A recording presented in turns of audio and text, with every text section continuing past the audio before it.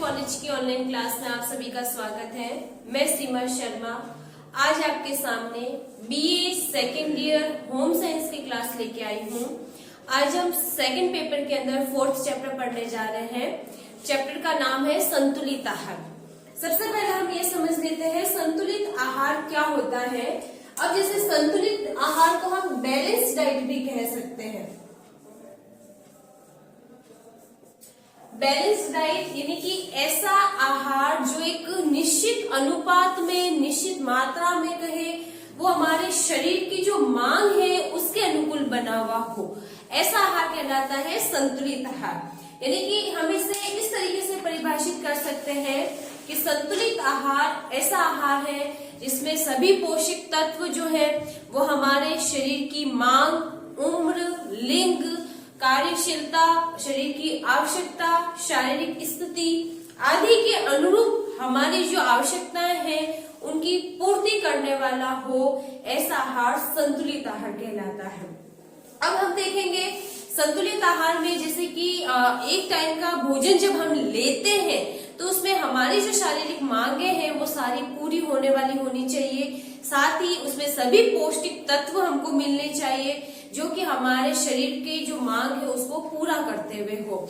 जैसे कि हम खाना ले रहे हैं या आहार ले रहे हैं, उसमें चपाती, दाल, हरी सब्जी, अन्य सब्जी या फ्रूट वगैरह है, साथ में दही, दूध वगैरह से बनी कोई चीजें हो सकती है।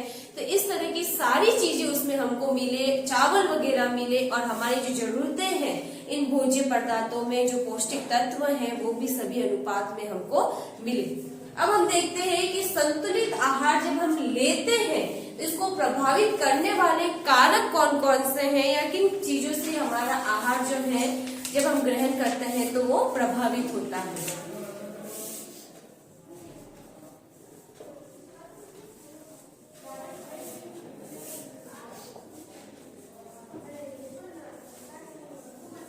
यानी कि संतुलित आहार को प्रभावित करने वाले कारक, सबसे पहला जो कारक है वो है लिंग। लिंग यानी कि पुरुष है, महिला है, तो दोनों की जो आवश्यकता होगी, जो मांग होगी उसमें अंतर देखा जाएगा, क्योंकि दोनों की शरीर की बनावट, अनुपात, उनकी क्रियाशीलता आदि में अंतर होता है और इन्हीं अंतरों के कारण उनकी जो शारीरिक प्रतिदिन की जो भोज्य पदार्थों की जो मांग है वो भी अलग अलग देखने को मिलती है। जैसे कि शारीरिक रचना से देखें तो जन्म से ही प्रकृति प्रदत्त जो है पुरुष और महिला दोनों के शरीर में अंतर देखने को मिलता है।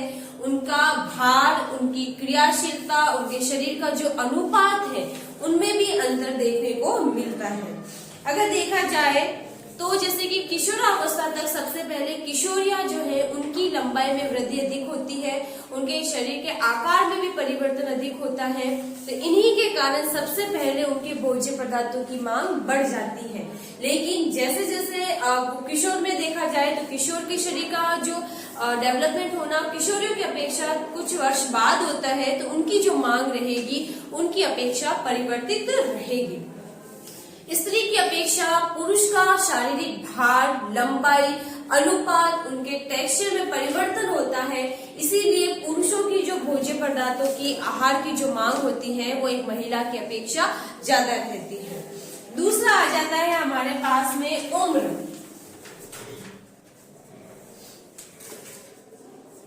उम्र यानी कि जो हमारी एज है वो भी हमारे भोज्य पदार्थ यानी कि पौष्टिक आहार को लेने की जो हमारी जो ग्रहण करने की क्षमता है उनको प्रभावित करती है। जैसे कि हम उम्र के अलग अलग पड़ाव में पहुंचते हैं। सबसे पहले जो उम्र की जो स्थिति उत्पन्न होती है हमारे शरीर, वो एज जैसे देखा जाए नवजात अवस्था होता है जिसमें सिर्फ एक बच्चा अपने माँ के शरीर से दूध लेकर अपनी जो आवश्यकता है उनकी पूर्ति करता है। जैसे वो 6-7 महीने का हो गया, ऊपरी आहार लेना शुरू कर देता है। 2 वर्ष का होते होते शैशवावस्था तक पहुंच जाता है बच्चा और वो अपनी जो मांग है, अपना शरीर की जो मांग है उसके अनुसार आहार ग्रहण करना सीख जाता है, चबाना, पचाना सब कुछ सीख जाता है।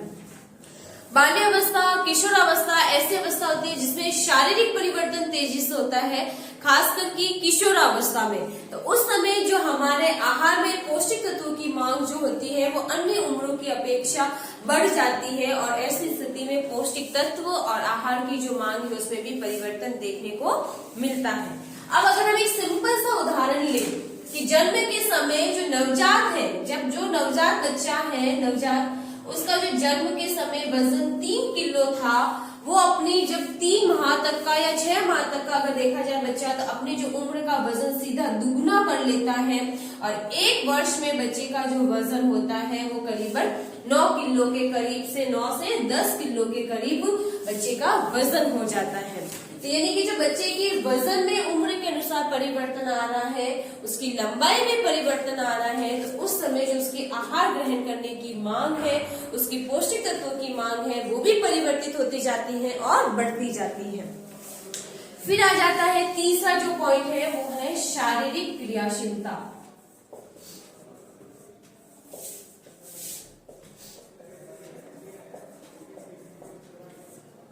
शारीरिक क्रियाशीलता का मतलब है कि हमारे कार्य करने के तौर तरीकों में परिवर्तन होता है, यानी कि कुछ लोग ज्यादा कार्य करते हैं, कुछ शारीरिक श्रम ज्यादा करते हैं, कुछ मानसिक श्रम ज्यादा करते हैं।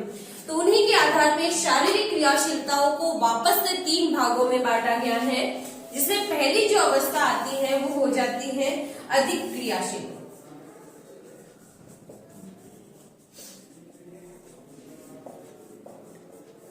दूसरी अवस्था आ जाती है मध्यम क्रियाशील,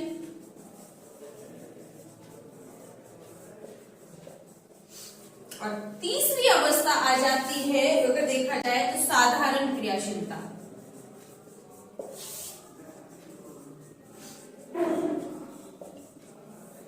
सबसे पहला समझते हैं अधिक क्रियाशीलता। अधिक का मतलब होता है वे व्यक्ति जो ज्यादा काम करते हैं, जिनका शारीरिक कार्य ज्यादा रहता है, जैसे कि वजन ढोना या खुदाई का कार्य है, तो ये जो काम करते हैं वो मजदूर वर्ग के व्यक्ति रहते हैं। तो उनकी जो भोज्य पदार्थों की मांग होगी, संतुलित आहार की मांग होगी, उसमें पौष्टिक तत्वों की जो मांग होगी वो अन्य दोनों की अपेक्षा ज्यादा रहेगी, क्योंकि वो शारीरिक कार्य ज्यादा कर रहे हैं, इसलिए उनको कार्बोज युक्त भोज्य पदार्थ, प्रोटीन युक्त भोज्य पदार्थ है, उनकी मांग जो है वो अधिक हो जाएगी। जैसे कि मजदूर हैं, किसान हैं, बोझा ढोने वाले व्यक्ति हैं, रिक्शा चालक वगैरह हैं, पत्थर तोड़ने वाले जो व्यक्ति हैं, वे इस कंडीशन के अंदर आते हैं जिसको अधिक क्रियाशीलता के अंदर लिया गया है। दूसरा आ जाता है मध्यम क्रियाशीलता। मध्यम क्रियाशीलता का मतलब होता है जो ना तो अधिक करते हैं ना ही कम काम करते हैं। जैसे कि मध्यम क्रियाशील होते हैं उनमें शारीरिक वजन ज्यादा, शारीरिक कार्य ज्यादा नहीं करते हैं, वो साधारण तौर पे अगर उनको देखा जा सकता है, जिसमें अगर देखा जाए एक शिक्षक है जो पढ़ाने का कार्य करते हैं, उनका जैसे शारीरिक काम जो है मजदूर की अपेक्षा थोड़ा कम रहता है, बोलना वगैरह ज्यादा रहता है, या हाथ की गतिविधियों में जैसे कि हो जाता है काम ज्यादा। गृहिणियां हैं जो कि घर का कार्य करती हैं, तो उनका जो मांग रहेगी वो अधिक क्रियाशीलता की अपेक्षा थोड़ी कम रहती है। उसके बाद आ जाता है चपरासी है, डाकिया है, बस कंडक्टर है, क्लर्क है, तो ये सभी जो व्यक्ति रहते हैं वो मध्यम क्रियाशील में आते हैं, जो कुछ मानसिक कार्य करते हैं और कुछ शारीरिक कार्य के अंतर्गत रहते हैं। तीसरी जो अवस्था होती है साधारण क्रियाशीलता। साधारण क्रियाशीलता का मतलब रहता है जो एक ही स्थान पर बैठकर लंबे समय तक काम करते हैं, उनका शरीर का जो क्रियाशीलता, शरीर के अनुसार जो गतिविधियां रहती है वो थोड़ी कम रहती है। वो सिर्फ जैसे कि कंप्यूटर वर्क वगैरह जो रहता है या फाइल वर्क जो रहता है उन्हीं के अंतर्गत आते हैं। जैसे कि एक चिकित्सक है, मैनेजर है, और प्रोफेसर है, IAS अधिकारी है, वे सभी जो है साधारण क्रियाशीलता के अंतर्गत आते हैं, जिनके शरीर की जो क्रिया है, शारीरिक क्रियाओं की गतिविधियां है वो थोड़ी कम होती है। फिर आ जाता है फोर्थ, अगर देखा जाए इसके बाद में, वो है स्वास्थ्य। स्वास्थ्य एक ऐसी स्थिति है जिसमें हमारे जो प्रतिदिन का जो आहार लेने की जो हमारी जो रहती है स्थिति उसको प्रभावित करने का सबसे मुख्य कारक जो रहता है वो है स्वास्थ्य। अगर हम स्वस्थ हैं, तंदुरुस्त हैं, बिल्कुल हमारे शरीर में किसी भी प्रकार की कोई बीमारी वगैरह नहीं देखी जाए, आलस्य सुस्ती वगैरह ना देखी जाए, तो ऐसी स्थिति में हम भरपेट भोजन लेते हैं और हम खुशी खुशी से भोजन करते हैं। लेकिन अगर हम देखें कि हम बीमार हैं, बुखार वगैरह की स्थिति है, तो ऐसी स्थिति में हमारी जो भोजन को ग्रहण करने की मांग है या क्षमता है वो साधारण तौर पर अगर देखा जाए स्वस्थ व्यक्ति से कम हो जाती है और उस समय जो भोजन की मांग हम कम लेते हैं या कम पूरी करते हैं। लेकिन अगर देखा जाए तो जैसे कि चयापचय की दर में भी परिवर्तन हो जाता है, जिससे कि भोजन का पाचन अवशोषण बराबर नहीं हो पाता है और हमारी स्वास्थ्य ठीक न होने पर भोजन की मांग अपने आप कम हो जाती है। लेकिन अगर देखा जाए जैसे कि बुखार वगैरह की स्थिति है जिसमें शरीर का तापमान बढ़ जाता है, पानी का उत्सर्जन काफी मात्रा में हो जाता है, तो ऐसी स्थिति में हमारे लिए जो तरल पेय पदार्थों की मांग जो होती है उस समय बहुत अधिक बढ़ जाती है। रोग की स्थिति हमारे भोजन की जो मांग है, आहार की जो मांग है उसको हमेशा परिवर्तित कर देती है। फिर आ जाता है पांचवा जो पॉइंट है वो है जलवायु एवं मौसम।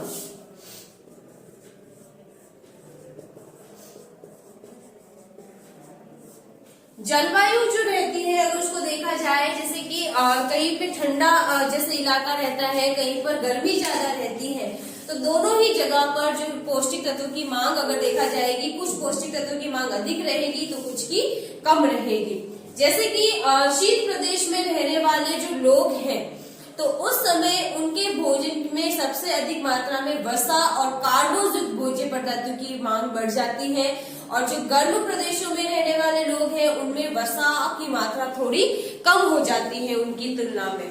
उसके अलावा अगर देखा जाए जैसे मौसम परिवर्तन होता है उस समय भी आहार को ग्रहण करने की मात्रा, मांग आदि में परिवर्तन आ जाता है। ठंड के समय कुछ चीजें गर्म तौर पे खाई जाती है, दूसरे भोज्य पदार्थों का अधिक सेवन होता है जिसमें गर्म भोज्य पदार्थ जो रहते हैं या जिसको कहा जाए जिसमें कि अधिक कैलोरी वाले जो भोज्य पदार्थ रहते हैं वो ठंडे सर्दी के समय वगैरह में काम में लिए जाते हैं ताकि हमारे शरीर में ऊष्मा वगैरह को जो उत्पत्ति हो सके, हमारे शरीर का तापमान अच्छा बना रह सके, उसमें वसा युक्त और कार्बोज युक्त जो भोज्य पदार्थ है वो अधिक लिए जाते हैं। फिर आता है विशिष्ट शारीरिक अवस्था।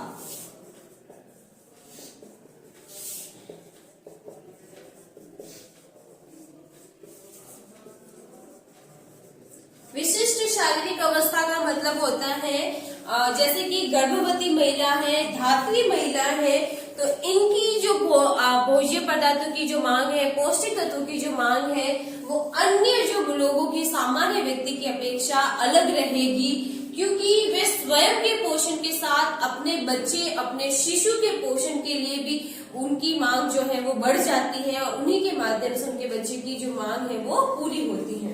तो इनको दो भागों में बांटा गया है। पहला आती है गर्भावस्था, दूसरी होती है धात्री अवस्था। गर्भावस्था गर्भ धारण से लेके 9 माह तक की अवस्था होती है। ये वो अवस्था है जब एक महिला अपने गर्भ में एक बच्चे को धारण करती है जो 9 माह में एक शिशु का रूप ग्रहण कर लेता है। अब उस 9 माह में जो बच्चे का पूरा पोषण हुआ, उसकी शारीरिक वृद्धि हुई, विकास हुआ, उसके शरीर में जो परिवर्तन आया वो सारा डिपेंड रहता है एक गर्भवती माँ पर। तो इस समय माँ के स्वयं के पोषण के साथ अपने शिशु का पोषण की मांग भी बढ़ जाती है और ऐसी स्थिति में उसके जो पौष्टिक तत्वों की मांग जो है वो सामान्य स्त्री की अपेक्षा दुगनी हो जाती है, जिसमें प्रोटीन युक्त भोज्य पदार्थ, कार्बोज युक्त भोज्य पदार्थों की मांग काफी मात्रा में बढ़ जाती है। क्योंकि अगर एक महिला स्वयं पोषण नहीं लेगी तो उसके शरीर में कमजोरी आ जाएगी और बच्चे की जो मांग है वो भी पूरी नहीं हो पाएगी, साथ ही महिला की जो मांग है शारीरिक वो भी पूरी नहीं होगी। तो एक ऐसी स्थिति में महिला कुपोषण के अंदर आ जाती है और एक कुपोषित महिला से सीधा प्रभाव बच्चे पर पड़ता है और जो बच्चे का जन्म होगा तो वो भी कई बीमारियों के साथ ग्रसित होगा, शारीरिक रूप से कमजोर रहेगा। इसलिए गर्भावस्था में जो पौष्टिक तत्वों की मांग जो है वो सामान्य स्त्री की अपेक्षा अधिक रहती है, क्योंकि उसी गर्भवती महिला को अपने बच्चे और अपने दोनों का पोषण करना होता है। अगर गर्भावस्था में देखा जाए लोह युक्त तत्व की मांग पूरी ना हो पाए तो ऐसी स्थिति में महिला में रक्त अल्पता रोग हो जाता है, यानी कि एनीमिया रोग हो जाता है, जो कि माँ और शिशु दोनों के लिए घातक भी हो सकता है। दूसरी अवस्था आती है धात्री अवस्था। धात्री अवस्था वह अवस्था है जिसमें माँ जन्म के बाद बच्चे को दूध पिलाती है। करीबन ये जो अवस्था रहती है 0 से 6 और 6 से 12 माह तक की अवस्था हो सकती है, जिसमें एक महिला अपने बच्चे का पोषण जो है वो करती है। ऐसी स्थिति में महिला की जो पौष्टिक तत्वों की मांग है बढ़ जाती है, क्योंकि महिला के शरीर से बच्चा दुग्ध का पान करता है और दुग्ध निर्माण के लिए महिला के शरीर के लिए जो महिला को पौष्टिक तत्वों को बहुत अधिक मात्रा में लेना पड़ता है। ऐसी स्थिति में महिला के जो आहार की जो प्रतिदिन की मांग होगी वो परिवर्तित हो जाएगी और महिलाओं में अगर पौष्टिक तत्वों को पूर्ण रूप से दिया जाएगा तो वो अपना और अपने बच्चे का दोनों का पोषण अच्छे से कर पाएगी और दोनों ही स्वस्थ रहेंगे। तो आज हमने पढ़ा कि संतुलित आहार क्या है, संतुलित आहार को प्रभावित करने वाले कारक कौन कौन से हैं, जिसमें हमने लिंग, उम्र, शारीरिक क्रियाशीलता, स्वास्थ्य, जलवायु एवं मौसम और विशिष्ट शारीरिक अवस्थाओं के बारे में पढ़ा। आज का हमारा चैप्टर यहीं खत्म होता है। बहुत जल्द हम मिलेंगे एक नए चैप्टर के साथ। तब तक के लिए सभी को गुड बाय।